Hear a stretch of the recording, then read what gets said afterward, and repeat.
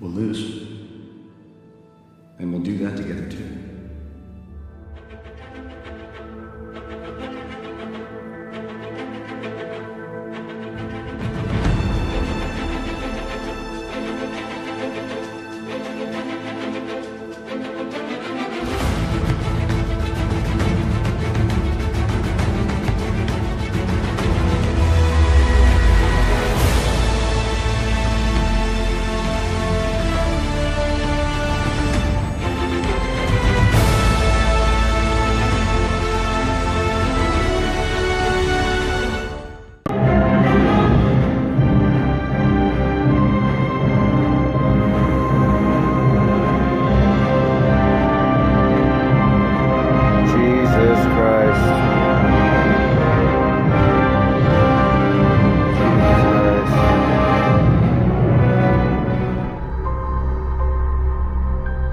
The entire time I knew him, he only ever had one goal. To wipe out half the universe. If he gets all the Infinity Stones, he can do it with the snap of his fingers. Just like that. Look at this, it's raining. Must be a sign. Just came out of Avengers Infinity War, and Jesus Christ. I mean, you guys think you know, but you have no idea. You have no idea. Whatever you think you might know is going to happen in this movie, you have literally no idea. And I'm speaking from a fan point that knows comic books. They threw everybody in this. Like, those trailers lied, and I mean, they lied big time. I mean, look at this. Freaking raining out here. Look. I went in the theater, it's hot as hell, and now it's raining. It must be a sign, man. I hope they remember you.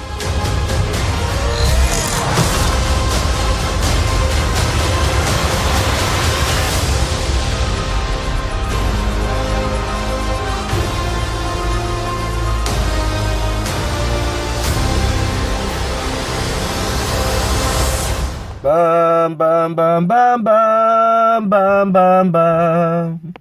All right, what is up, all moviegoers? TCT here again. And as promised, here is your Marvels Avengers Infinity War movie review. Now, I went into this movie knowing it was going to be a great film. I went in this movie with 10 years of experience of watching Marvel Studios' superhero films. I was in high school when Iron Man came out, and now here we go, the climax. This is what it's all been building to. This is a spoiler review. If you haven't watched this movie, don't watch this video. Go back and watch the video of me walking out of the theater the other night. I don't give anything away, but I am going to be talking spoilers, so get out right now, because if not, that's your fault. I'm going to talk about everything that I want to talk about in this film. This was an incredible film. Okay, here we go. First off, when the movie opened, there was a great little Easter egg. Marvel Studios had Marvel Studios, as it normally does, come across, and the I and the O in Studios was formed into a 10 for the 10-year anniversary, the decade of getting here, the decade of getting to Infinity War. I thought that was really cool. The movie opens with Thor and Loki's ship getting taken over by Thanos. Thanos is looking for the Tesseract, which contains one of the Infinity Stones. Thanos starts to fight the Hulk, and he takes the Hulk apart with ease. And that causes the Hulk to be like a wimp throughout the whole movie. The Hulk never comes back. This is the only time you see the Hulk in the film, which I didn't like that, but I could understand where they went with the story with that. Then Thanos grabs Loki, and Loki tries to stab him, and he just kills Loki. So Loki is victim number one. He doesn't even last the first 5 minutes. Most people would have thought that. Most people would have guessed that Loki was going to die. Thor and actually, I guess it's the gatekeeper. Idris Elba's character. He's also stabbed through the heart, so he's dead too. Thor is sent back to Earth, where he crashes no, Hulk is sent back to Earth. I'm sorry. I get these guys mixed up. There's so much going on in this movie. Hulk is sent back to Earth where he crashes into Doctor Strange's lair. And he tells him that Thanos is coming. And after, they have their little introduction, we get Iron Man. Tony Stark is talking to Pepper in the park. They're talking about, being married. They're talking about having kids, yada, yada, yada. And then through one of Doctor Strange's little portals, out comes Doctor Strange and Bruce Banner to tell him about Thanos. So he goes back to Doctor Strange's lair to talk about Thanos. And all of a sudden, you hear this rumbling, and you hear people screaming outside. Thanos' army is actually coming down to attack New York City because they are looking for the Infinity Stones. And during this, Spider-Man is on the school bus with his friend Ned, and he says, "Hey, something big's going on. I need a distraction." Ned gets up, and he starts screaming, "We're all gonna die. It's an alien spaceship." It's a really great moment. And Stan Lee has a great cameo here. He is the bus driver of Spider-Man's school bus. Turns around, he's like, "What? You guys have never seen a spaceship before?" And everybody in the crowd just cheered when they saw Stan Lee, because, that's the man. That's the man you're waiting to see throughout the movie, to see what cameo he does next. I thought it was a cool little moment. So Spider-Man jumps out of the school bus, and he starts heading towards Doctor Strange and Iron Man. And just as Doctor Strange is about to get taken out, Spider-Man comes into the rescue. That was Spider-Man's role pretty much in this movie. He was saving people that were stronger than him when they were being tossed around, which I thought was a good symbol of hope. Like, this kid, he's not all that powerful, but he is going to rescue you when you need it. He's going to make sure you stay in the fight because he can't fight that much himself. He fought a lot in this movie, which I can appreciate that. So, up next, Hulk is actually battling during this sequence, and Bruce Banner keeps like, "Come on, Hulk, I need you, buddy, I need you." He's like, "No!" And he's like, "What do you mean, no?"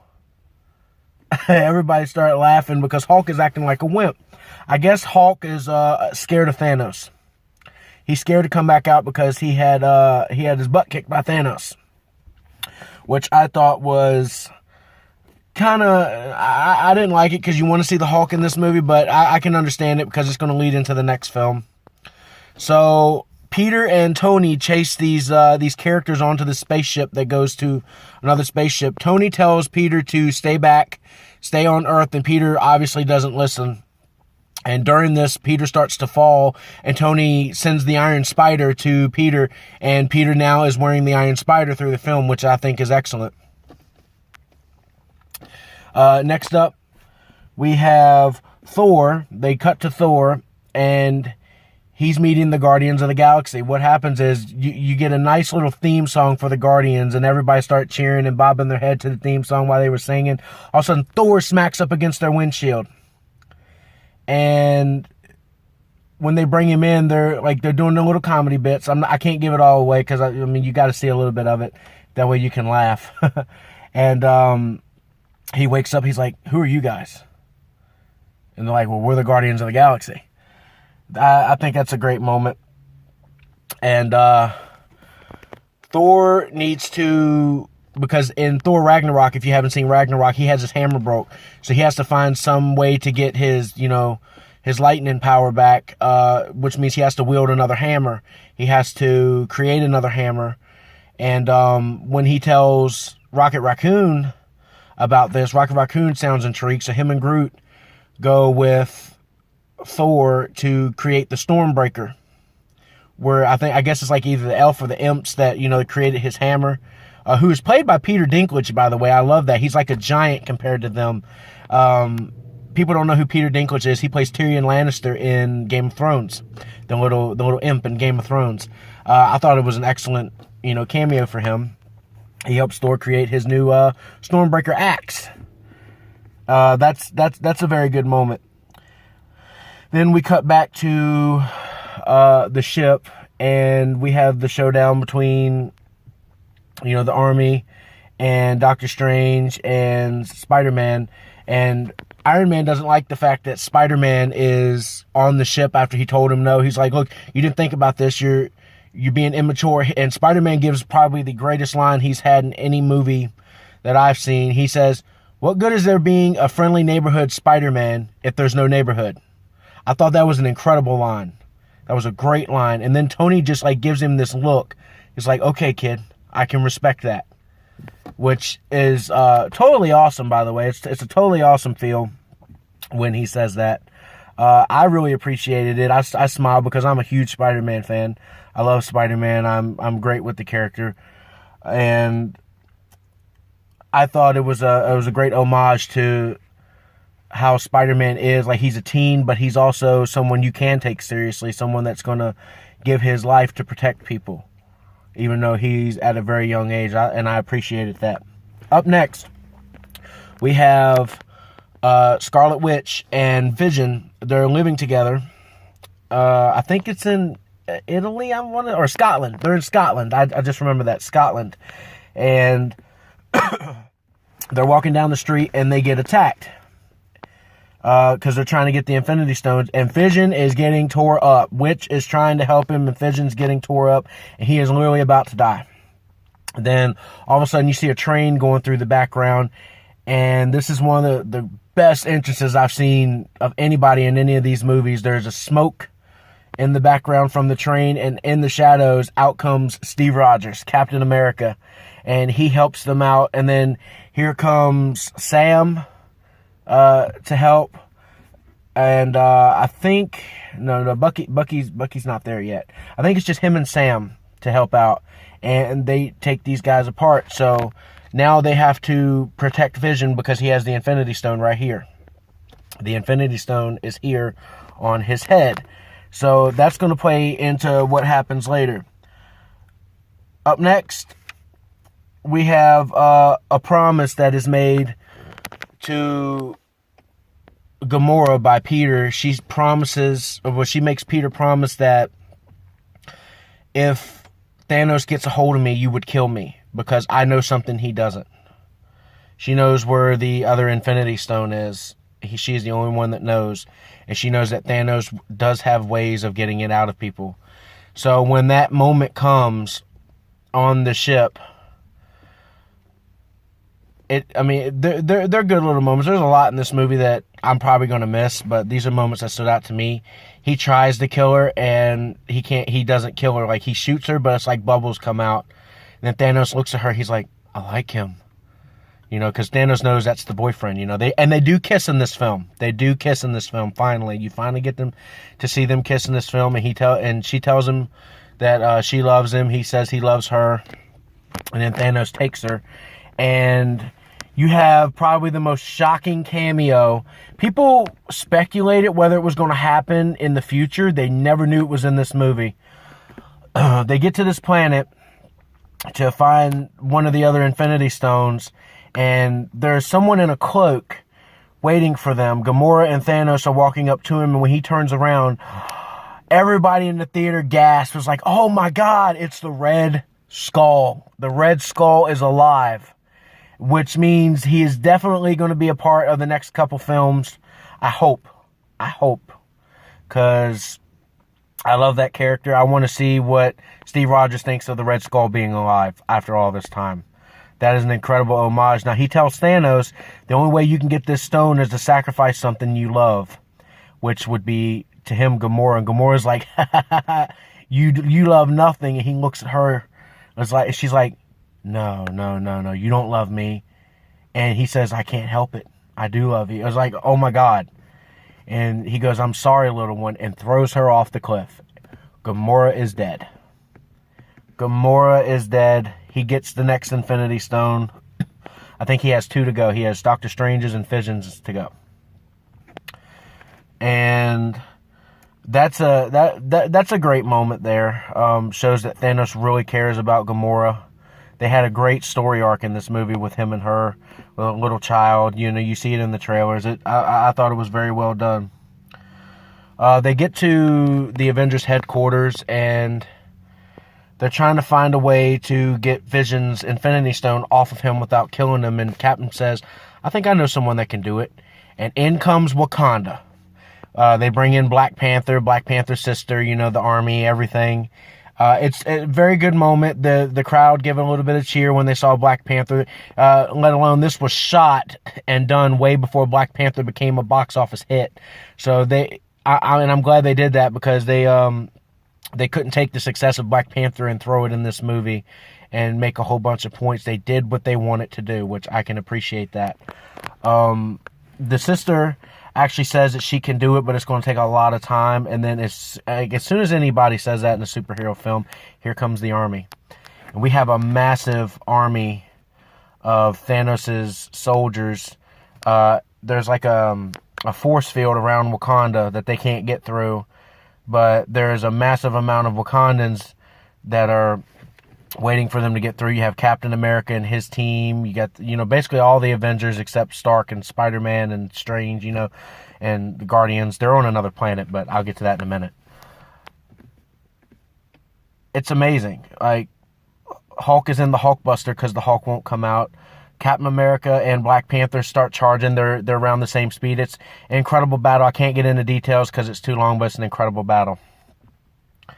Next, we have the attack on Titan, where Thanos, Stark, Doctor Strange, and Spider-Man get into it. The Guardians get into it. And the best moment I can think of from this is when Thanos throws a moon at Iron Man, and Iron Man survives. He's like, next time you throw a moon at me, I'm going to kill you. Like, he is super mad at this, and I thought it was a great moment. Then, sorry, I'm running out of time here. Then Thanos sticks a knife through Tony's chest. And you're like, oh my God, we're gonna see the death of Iron Man. We don't. Doctor Strange begs for Thanos to spare Iron Man, which I thought was a good moment. And he says, I respect you, Stark. For that, half of humanity will survive. That plays a factor in a few minutes. He gets the next Infinity Stone from Doctor Strange, and he disappears. Then the Avengers fail. Thanos arrives in front of Captain America and his soldiers, and he starts taking them apart one by one. Scarlet Witch is trying to destroy Vision, and she succeeds in doing that, but then Thanos uses his Infinity Gauntlet to bring him back. And Thor comes in after he gets the last stone, hits him in the chest, and he's like, you should have went for the head. Snaps his fingers. And half of humanity is wiped out. We have a lot of deaths in this. We have Bucky, Groot, the Wakandans, Black Panther, Star-Lord, Drax, Mantis, Sam, Scarlet Witch, Agent Mara Hill, and Nick Fury. This is all that I could remember. They all turn into ash, and other Avengers are left. But the one that really spoke to me, was when Spider-Man died. He grabs a hold of Tony. He's like, I don't want to go. Please, Mr. Stark, please. Everybody in there start to cry because Spider-Man feels a lot for you.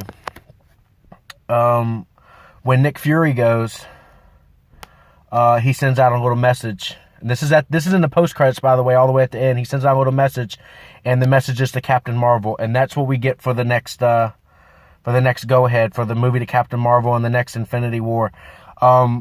Very dark ending. It's something you've got to experience. What am I going to give Avengers Infinity War? I'm going to give it a 4 out of 5. I'm going to give Avengers Infinity War a 4 out of 5. I thought it was good. It dragged a little bit in the middle, which is why it's not getting a perfect score, but that's because it was 2.5 hours long. But all the action was great. The story was great. The shock factor was great. I really loved this movie. I thought this was probably the premier Avengers movie you wanted to see. Even though Iron Man and Captain America do not even speak at all to each other in this film, like they're separated throughout the whole thing, you'll get to see them in the next movie. So 4 out of 5. I thought it was good. I could push it a little bit higher, but I think 4 out of 5 is a very fair deal. A very fair deal for a superhero movie. What did you guys think? Leave your comments below. I can't wait for part 2. I have no idea what the name of it's going to be, but I can't wait for part 2. That's it. Go see Avengers Infinity War. This movie was incredible, and it's going to leave you shocked. I'm Peter, by the way. Doctor Strange. Oh, you're using your made-up names. Then I am Spider-Man.